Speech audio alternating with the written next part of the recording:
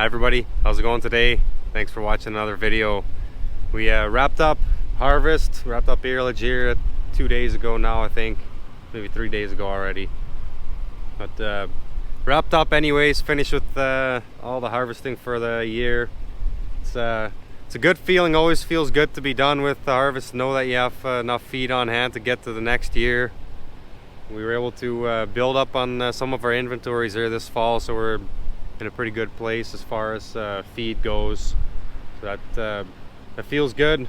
Just wanted to show you guys this earlage pile here. I think this is probably the tallest pile we've ever had on the farm.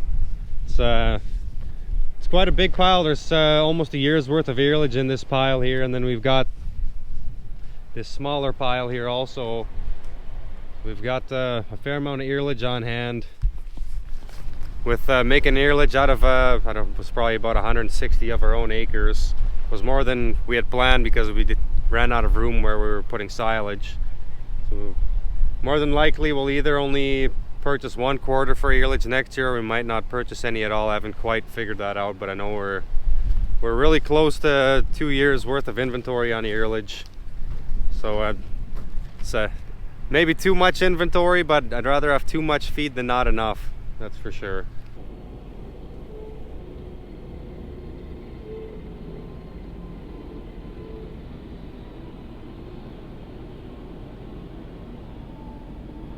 Thought I'd get out of the wind there. It's a little windy out today. So you just saw the tractor and feed wagon backing up in the barn there. That's the last load here this afternoon that we feed to all of our high production cows. We had our 9:30 breakdown here on Friday. Was a fuel issue, changed fuel filters. That didn't take care of it. Dealer came out on Saturday. They thought it was possibly a solenoid from the code that I gave them. That wasn't the issue either. They're thinking it's an injector. So we've got our 724 on the feed wagon now. So if you're curious if a 724 can handle a triple screw feed wagon, it's just enough power to handle it. I don't think we won't do it in the wintertime because it's kind of a smaller, lighter tractor, but it's got enough power to handle it anyways. Because we wanted to keep using our 942 to spread manure. Sam's been working at that here the last few days. And our liquid manure spreading crew is here also. They just finished up the first half section. Now they're going to the next field, laying out hose. So we'll probably see some of that in the next videos also. But I did want to share with you guys. I got the samples back from some of those silage varieties that we had tried, and was pretty surprised that the two BMR varieties, they were actually they didn't perform at all like I expected. The two top varieties as far as milk per ton were an Enogen 92 day and a Midwest 97 day, and the two BMRs actually placed last and third to last out of the 6 different varieties that we tried, which was pretty surprising. I could barely believe that when I saw it, but test results don't lie.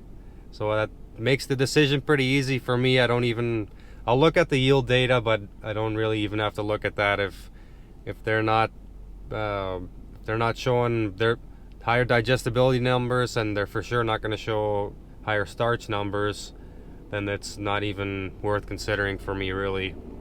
Was kind of disappointed to see that, I guess, but in a way it makes the decision easy for me next year.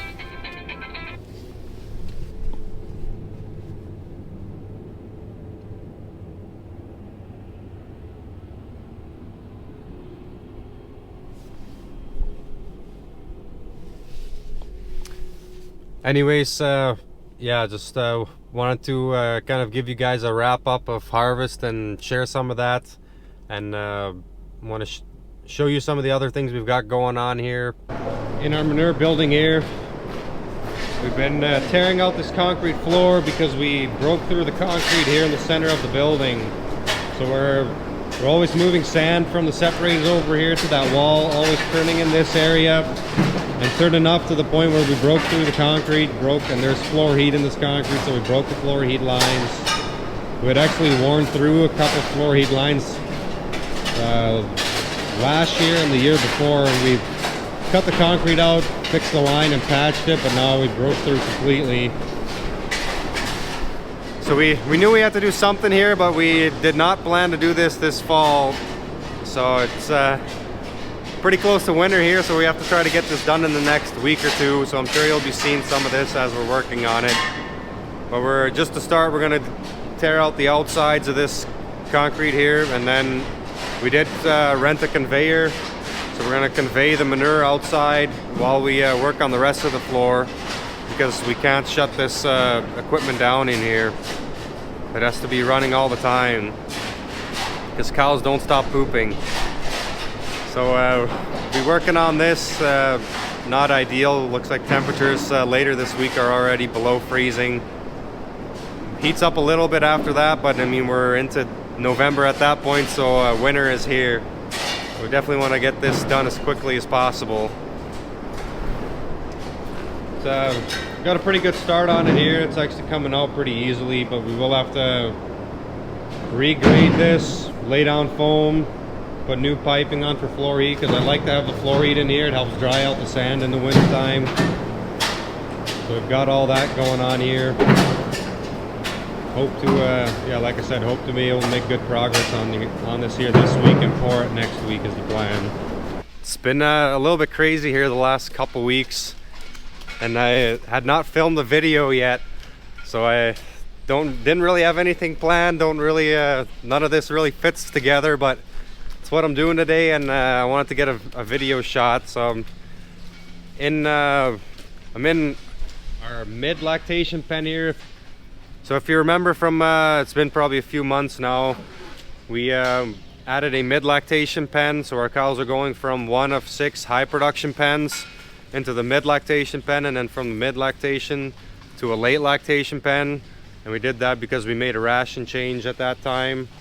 But one of our herdsmen was talking with him here the other day, and he brought up that some of the first lactation heifers, first lactation cows, I guess really what they are, in this mid-lactation pen, they're getting kind of dirty on the back, their udders, their backs, their legs, because they're smaller than a mature cow at that point, and they're sliding a little further in these free stalls, and then when they poop, as they're laying down, the manure runs into the stall instead of over the back of the curb. So I wanted to just look at that here today, see what I thought, if there's anything we can do about that. I did got one idea possibly of what we could do. We could move first lactation cows straight into our late lactation pen a little bit later on in the lactation and skip this step. Might not be a bad idea on heifers anyways. They typically will produce, their production stays more steady through their first lactation. It doesn't doesn't peak as high, and it doesn't tail off as quick as mature cows do. So maybe that having them on a high lactation ration maybe would increase their milk production over that lactation. I'm not sure. It's something we could try, but I see these two here. These are a couple of heifers, and they're laying too far forward. If she poops, it'll run right into the stalls, like I just said. Part of the reason is these stalls really are set up for cows, and it's really not a problem in the late lactation pen because that manure is a lot thicker. They're really getting a high forage diet in that pen. But in this pen, they're getting, I don't remember exactly what the split is, but it's about 70 to 80% late lactation, 30% high lactation ration. So their manure is a little thinner, and that's what's causing part of the issue.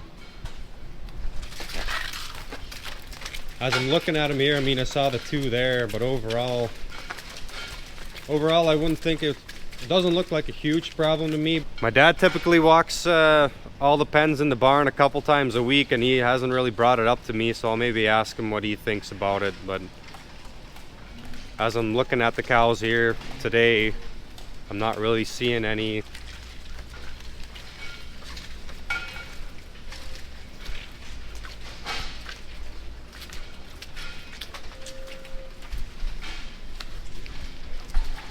Wanted to show you guys some cows in this video because it's been a few videos since we've had any cows on, so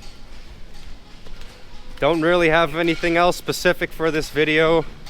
I did want to mention again, if anybody's interested in ordering cheese that's made from milk from our cows on our farm, go to cowsandco.com. I think it's cowsandcocreamery.com. Taryn will put it in the description. I think it's in every video's description. But that's cheese made from milk directly from our cows by my sister, brother-in-law, and my mom. And they ship nationwide, so if anybody's interested, they make a really good Gouda cheese. It's award-winning cheese now. They won first place at the Minnesota State Fair. So yeah, if you want products from directly made from milk from our cows, that's the place to go. And they do have a shop in Fargo, and in Carrington they have an on-farm store. So I wanted to put that in the video here. I should be promoting them every video, but I don't always think about it. Just coming in here, so in the afternoon he'll drop off the high production ration on top of this late lactation ration that was fed here this morning.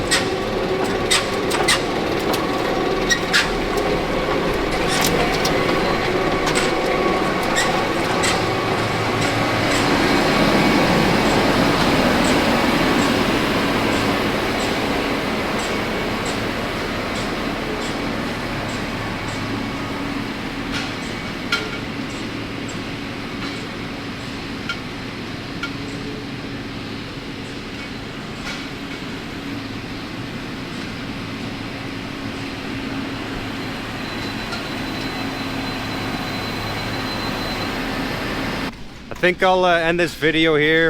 If you guys have questions, comments, post them down below. And appreciate you guys watching, and hopefully we'll see you in the next one.